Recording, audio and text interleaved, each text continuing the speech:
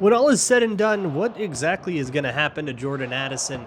Welcome to the Locked On Vikings podcast.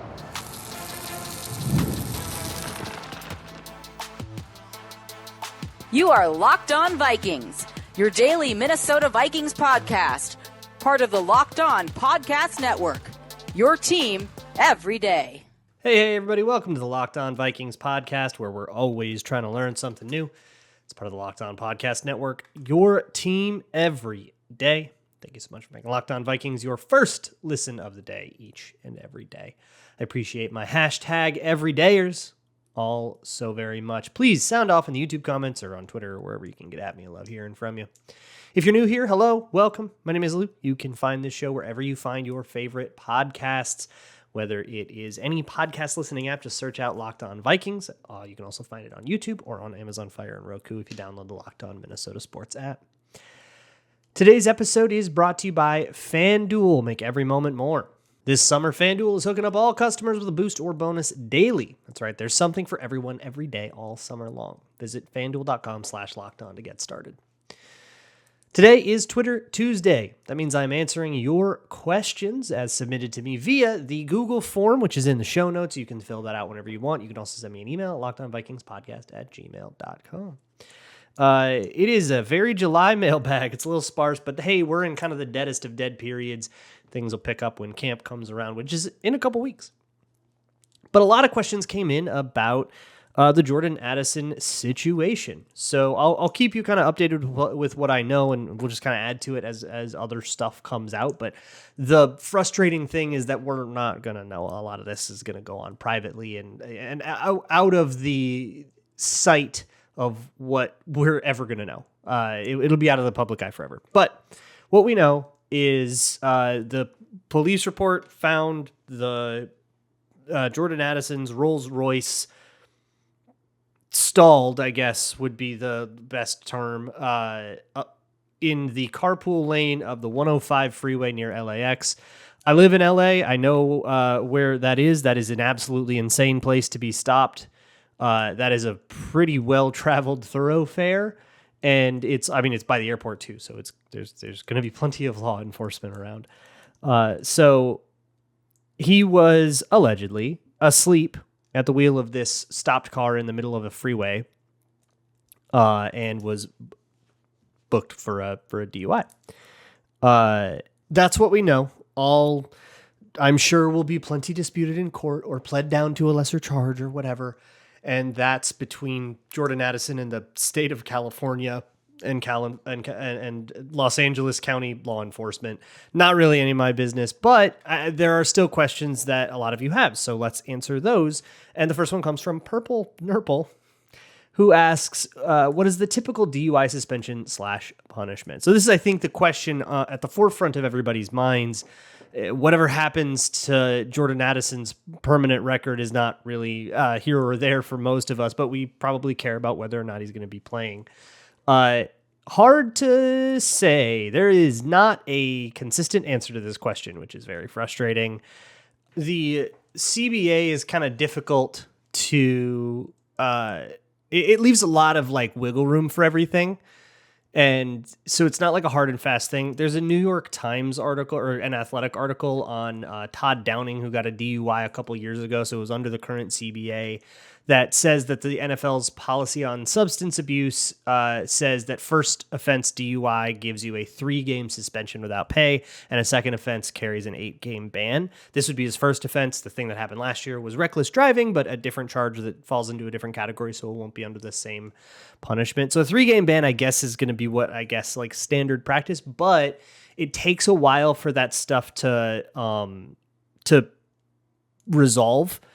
And if the player wants it to take a while, for Wes Phillips, for example, who just got one earlier this year, he served his suspension at a very convenient time for the Minnesota Vikings, which, I don't know, decide how you feel about that. So that resolved plenty fast, but it was because Wes Phillips didn't contest any of it. He kind of admitted guilt on all of it and said, let's just get this thing underway. And so the process could be expedited thusly, but if they want to fight anything on that, they could tie it up for a long time. So the answer is we don't know how long it'll take and we don't know how long it'll be for. Did that help? Chris asks, how much do you think it costs to just pay a guy to stay sober and drive you around? In the state of California, the hourly pay for a full-time personal driver is $23.87 an hour, according to ZipRecruiter, I guess, which I just Googled. So there you go, $23.87 an hour. Yeah, like a full-time salary, I guess. That is not really at issue with these kind of things. I think the rationale, as fuzzy as it'll be for somebody who's drunk and deciding to drive, is not going to be, well, I can save a little bit of money here. It's that they don't think it's that big of a deal. There is if you just Google, like, why do people drive drunk, you'll get like law firms, and then you'll get like Mothers Against Drunk Driving and stuff, kind of PSA-esque pages. One of those law firms, in addition to like, look, you're not thinking straight, you're drunk, and you have a sort of resistance to just the inconvenience of it. You also just think you're better at driving than you are. That's part of liquid courage, right? Like, it's the false confidence of it is part of that as well. And you just kind of have to have it ingrained so far into your subconscious that even when you're blasted, it still is like, yeah, but I shouldn't drive. And I think most people have that. And the ones who don't, I think, need to get help, so that the help they need to find that, so that they don't think that they can do something that's really dangerous. You are not a good drunk driver. I've heard people be like, but I'm good at driving. No, you aren't. You're just drunk. You're just an idiot. Oofdom asks, what would you do if you're a Kwesi re Addison punishment? The pretty easy answer is defer it to the league. That is that's probably not what you're asking. I guess 3 games, since that's standard, though. If I were like in charge of it, if I were the neutral arbiter that makes that decision, I guess I go, well, DUI, first time offense, 3-game thing, let's do it. But the Vikings themselves likely won't have anything to do with that.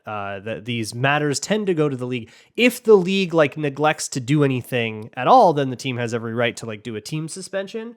But typically this is handled by the Shield, and the team kind of passes it up the chain. That's it for the Addison questions. Again, it's like everything is alleged. There's a lot of details we're waiting for. I don't know what the blood alcohol content was. I think that's an important detail. There's a lot that we still kind of don't really know. So let's table it again and move on to the rest of the questions on Locked On Vikings. Today's episode is brought to you by BetterHelp. BetterHelp is online therapy made easy.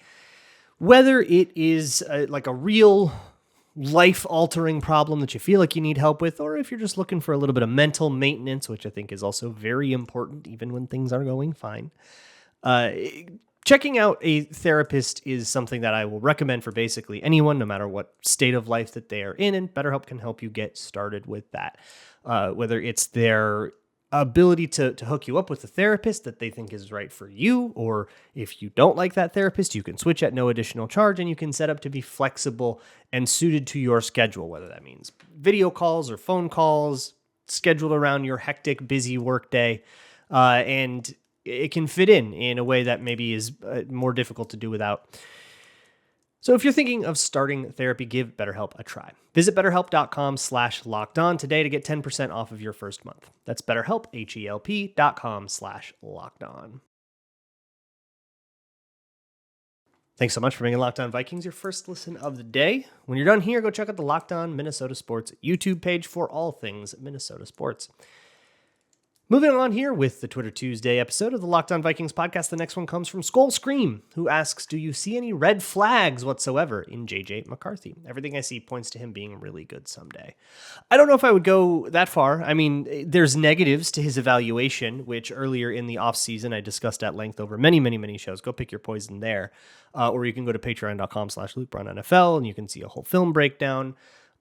If you are unfamiliar, if you've been totally away from football for the whole offseason and you're wondering what the deal is with him, He's doesn't really have a deep ball, but he's otherwise a very accurate quarterback. He's got a really good improv gene that people, I think is like the thing that's most exciting about him is what he does when the play starts to break down and how he can kind of rescue it and make things happen. And especially on, with the 3rd and 7 and it's not working out, and you have to kind of like shoulder up and carry the team on your back. I think that's when he has his best moments. And there's something to that. But in terms of like red flags, I don't know if I would say any of the like main quarterbacks had like red flags. I had negatives and stuff that I would talk about that I would say these are the critiques. This is why, if he doesn't work out, this would be why. But when I think of like red flags, I'm thinking of like Hendon Hooker's blown out his knees, right? Like that's a whoa. You got to really be all right with that and understand that you're taking a risk with that. That to me is like a red flag. And I don't really know if there's anything like that. Like even with Penix, who has knee issues, he is as healthy as he's going to get. He's like 2 years removed from it, right? And it's just the fact that it kind of stunted his development that much, and you have to deal with the product of that. I had Penix as a second rounder. I had Bo Nix as a third rounder. So like, what are the red flags? And I think the red flag for Bo Nix was just the sheer number of things that were small that bothered me, but they added up. And you can go to my Patreon page for all the specifics on that. But no, I don't know about red flags, but I don't know if every single thing points to him being great. There's certainly a world where his deep ball never gets better. That limits him as a quarterback, and that the offense becomes anemic. And by year 3, we're sick of that, and we get rid of him, and it's Zach Wilson. Sure, yeah, that scenario exists. We'll just have to wait and see. Minnesota Sports Appreciator says, we have the Shanahans, the McVays, the cover 2 and cover 3 coaches. Will the Flores ever be a thing? I know it sort of is with Bowles, but before you said that Flores is in his own world right now. It's a branch, I would say.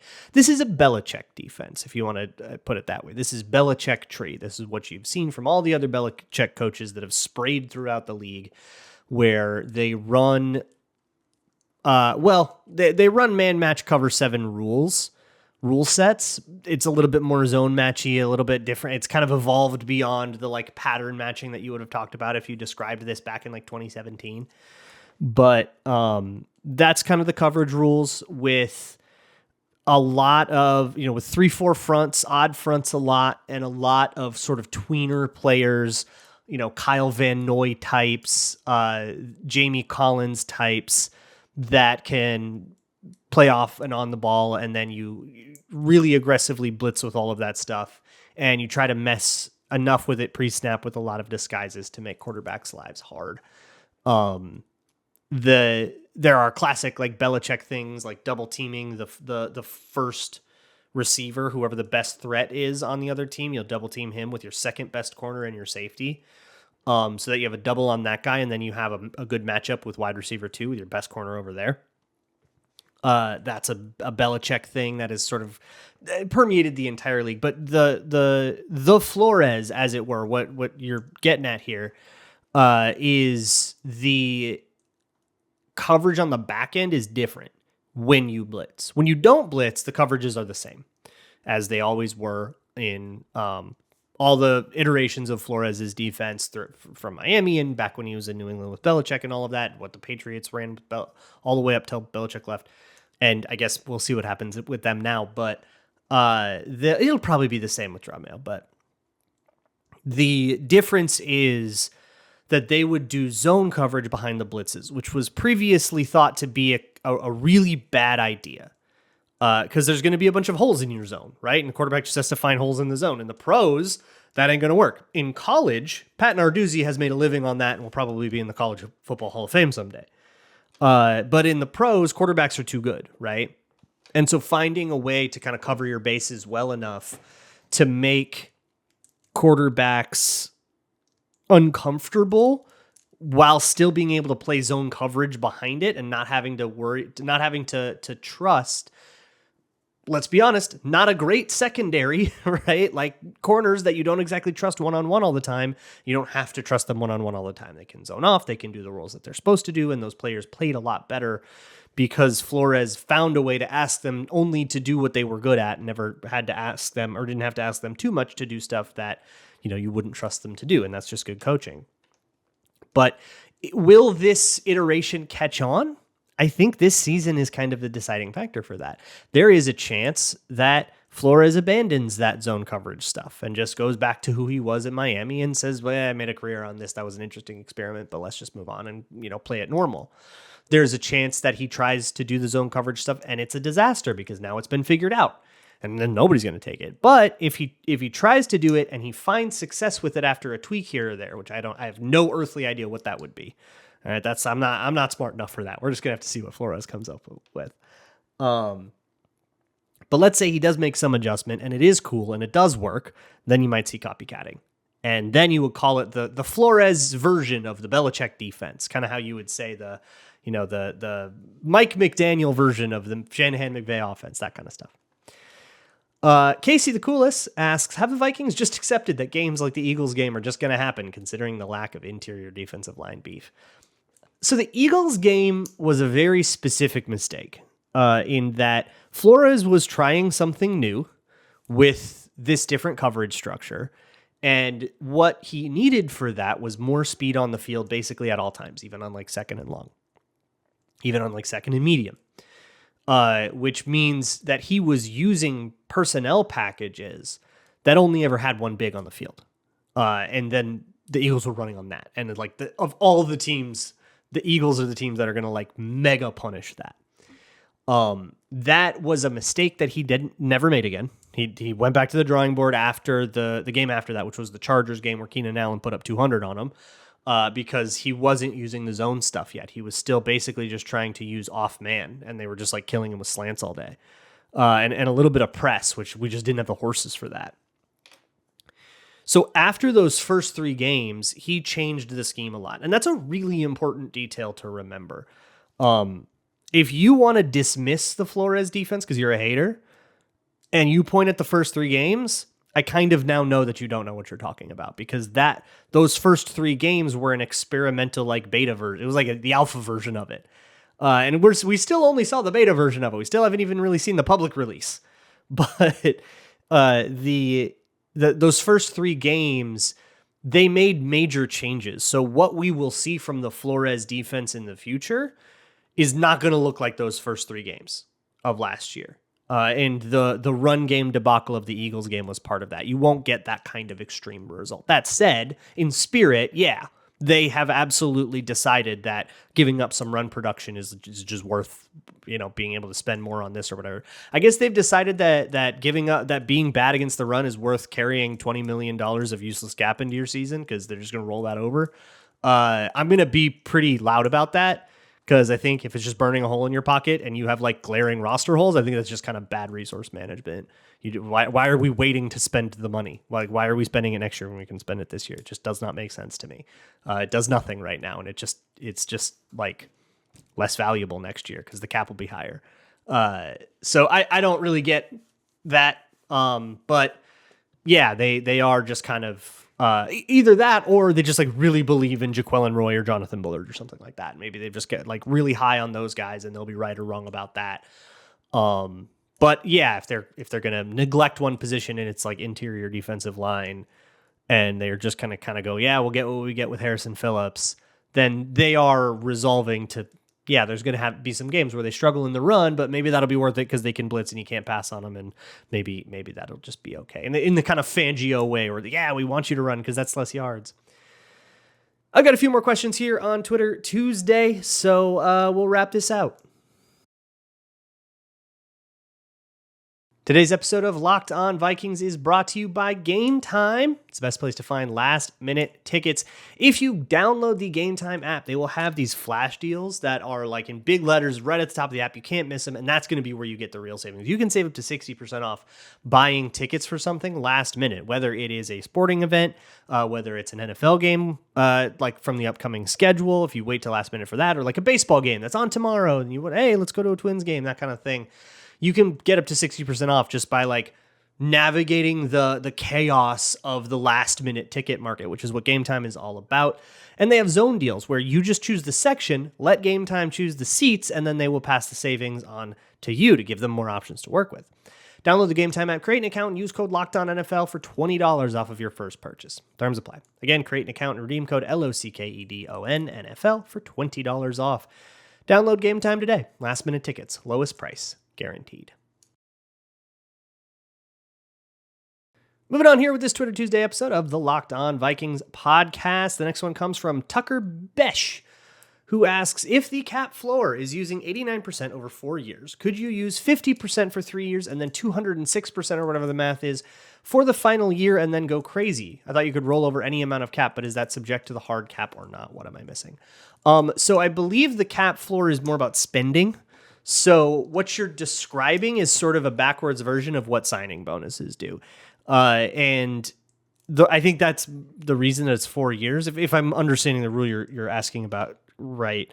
So if I sign a $200 million contract and it'll be 50, right? Throughout the 4 years, but there's a big signing bonus on it.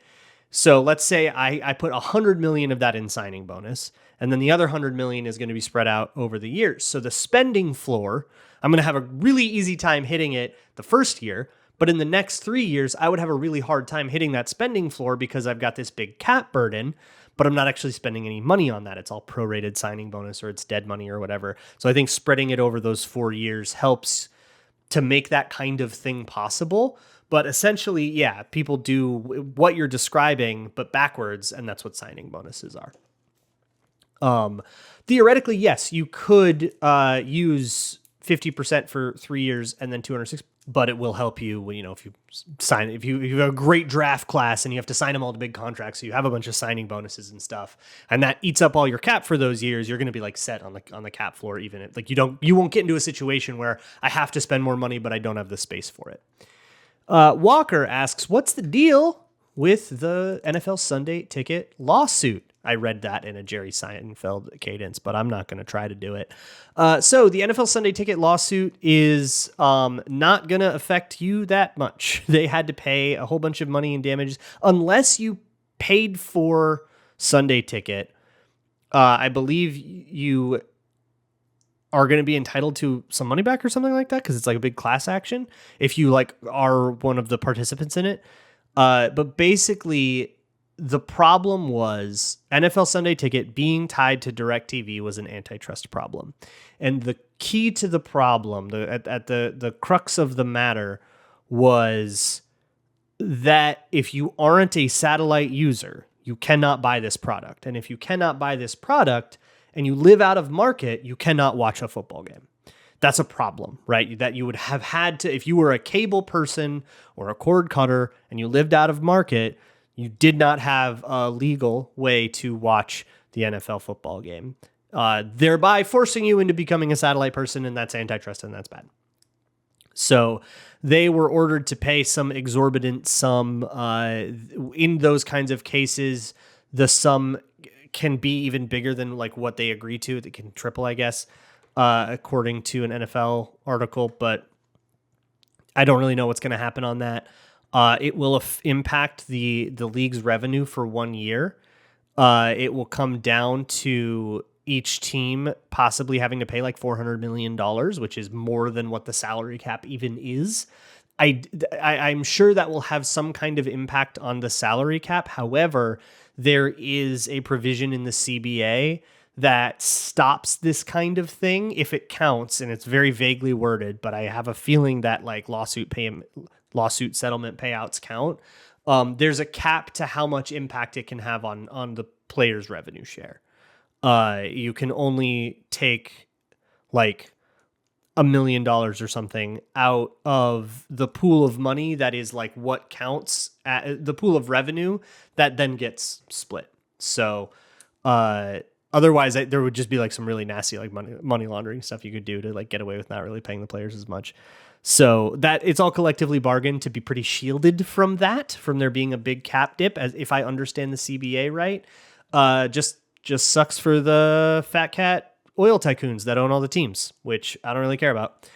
Midsummer Mav Cop asks, who is the best fullback prospect in college football? I'll tell you what, I'm going to fire up the video game right now and I'm going to recruit one that's better than all of these guys. I am working on one right now in a dynasty that is like a 3-star fullback prospect, and I'm going full hog. I'm sending the big guns. To give you a couple of names, I guess, that are supposed to be big in the fullback world.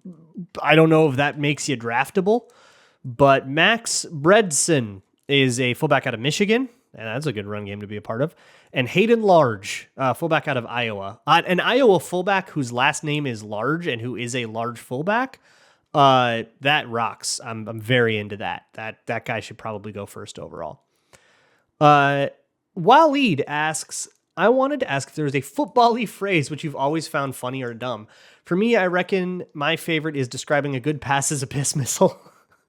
How is that a positive? And what is that even describing? You know what? I think that's best left to your imagination. Is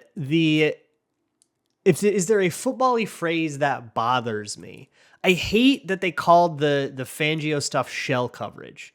That is a word that means a different thing. And I don't know if there's a particular word that bugs me or anything like that I know about. There are some words that are used internally that don't make it to the media because the media cleanses it all. That would bug you depending on your sensibilities. I'll tell you that much. But one of the things that has always bothered me is that we need more words for position names so we don't have a bunch of different kinds of tackle. We got an offensive tackle, we got a defensive tackle, we got a nose tackle, we have a 3-tech tackle. And those are all sometimes the same and sometimes different things. And it is like very difficult to describe, especially if you're trying to describe something to a non-football watcher. Like if I'm ever trying to like explain a problem that I'm like going to talk about on the show. And like, if I'm talking about it with my wife, like she doesn't watch football and she doesn't really like pay that much attention to it. So when I'm like, yeah, and then the tackle did this, she has to be like, wait, the offensive or the defensive tackle. And it's like, that is kind of insane that's just like a problem that we all just kind of figure out via context clues. And we say, oh yeah, the tackle did a pass set. And we're like, okay, well, we know that means offensive tackle. But like, could we not come up with a different word for that? That is kind of insane. Like, I don't blame her. Josh asks, when are you going to do another debate episode, and what is the debate going to be on? The answer is I don't know, and I don't know. The debate episodes, I don't know if I'm going to do it again ever. If I do, it will be if there is an issue that I feel truly torn on, and that will be how I express that. If I'm like, man, I really see both sides of this, and I don't know where I fall, I will just say both sides of it. That's kind of where I think it's going to do it. But I don't know what it's going to be. I'm going to do it if and when I feel like it, and there is no schedule for that. Malcolm Biggles asks, if committed by a Vikings player or staff member, what is the most forgivable crime? I don't know if committed by a Vikings player or staff member actually makes a difference here. The most forgivable crime, I mean, there's, stealing a loaf of bread to feed your family kind of thing. That is those like age old philosophical questions. I could say, jaywalking is like pretty forgivable. But I don't know, there's probably like a Robin Hood crime that's like pretty cool that you could say is like really, really forgivable, like an Office Space style scheme that slowly bleeds funds away from gajillionaire owners and then like donates it to a homeless shelter or something like that. Like, I think that would be pretty cool. That's, I guess, the most forgivable crime. I personally, and this is just based on my own experiences in the city of Los Angeles, homelessness may be the most forgivable crime because nobody really picks that. And it is not nominally a crime, but it pretty much is depending on the city's rules. Ryan asks, who in your opinion was the most interesting Vikings player as a person? Really hard not to say Everson Griffin here. The most interesting person ever on the Vikings to me, I mean, Jim Marshall. Gotta be Jim Marshall.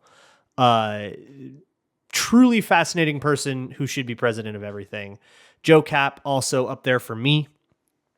I actually so when I did my history doc a couple years ago, and then John Boyce did his the year after, and I had him on the show, we actually kind of compared notes and talked a little bit. It's a really fun one. You should go check it out. But yeah, we talked about how cool Jim Marshall is and how cool Joe Cap is. So those are two guys. If you're talking about a current Viking, interesting personality on the current Vikings. Boy, I mean, Jihad Ward is a very interesting story. It kind of sounds like Jerry Tillery is a fascinating person, a little weird in an endearing way. So the I don't know. There's a lot of that, but I also think there's a little bit of that is in the eye of the beholder. So you tell me. Leave me a YouTube comment or something. I'll talk to y'all tomorrow. And as always, Skull